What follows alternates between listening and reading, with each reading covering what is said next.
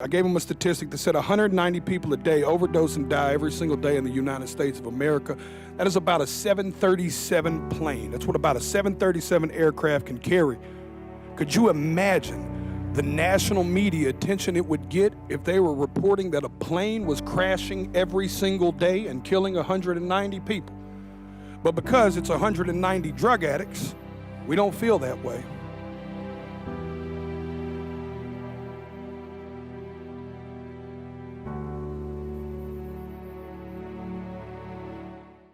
According to the National Safety Council, in 2021, over 98,000 people died of a drug overdose in the U.S.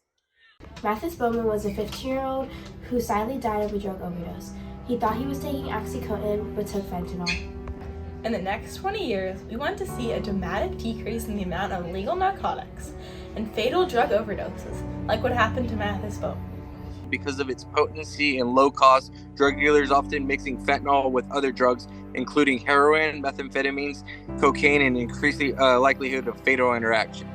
According to Officer Stevens, who works in the San Diego Police Department, 42% of the pills tested for fentanyl contain at least 2 milligrams of fentanyl. This is considered a lethal dose. Really, this is not a problem that we got into overnight, and it's not going to be solved overnight. We need to build out a whole prevention, treatment, harm reduction, recovery system that we don't currently have, and that's going to take a while.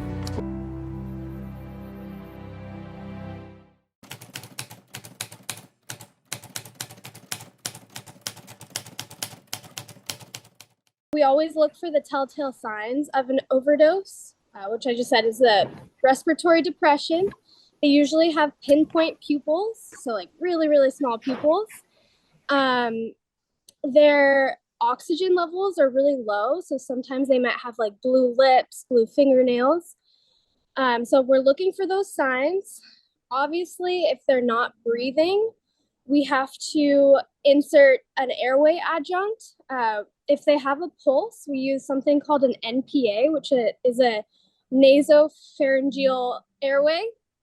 And that goes in through the nose and connects all the way down to where the trachea is. And once we insert that, that's when their airway is controlled now and we can kind of breathe for them. So we always want to help with their breathing. And then we administer something called Narcan or naloxone. It's the same thing.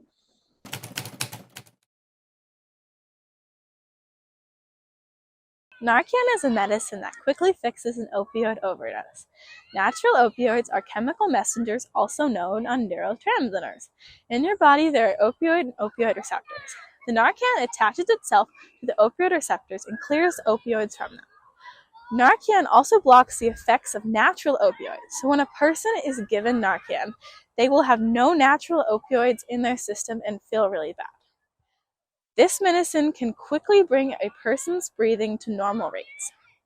The effects of Narcan can wear off in 30 minutes to an hour. So if a person still has too many opioids in their system, they can fall back into an overdose. So, and that's all we need in order to administer Narcan is if their respiratory rate is less than 12 and their oxygen levels are less than 96%.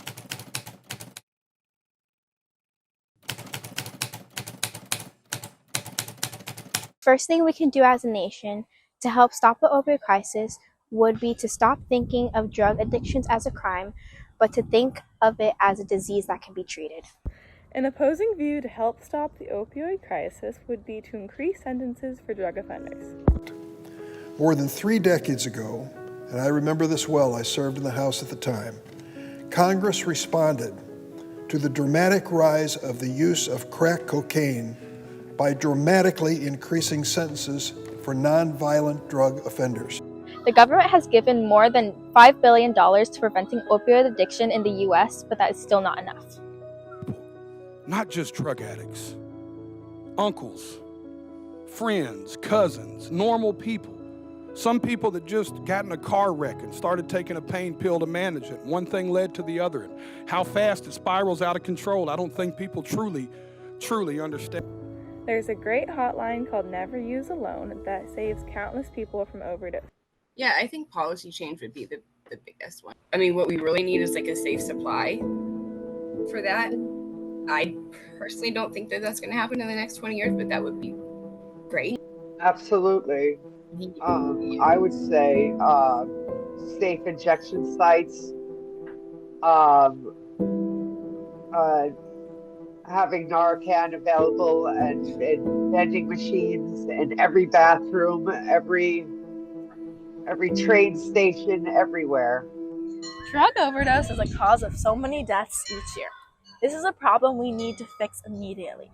Teaching people how to recognize symptoms of a drug overdose and how to help is an important step we need to take to overcome the opioid crisis.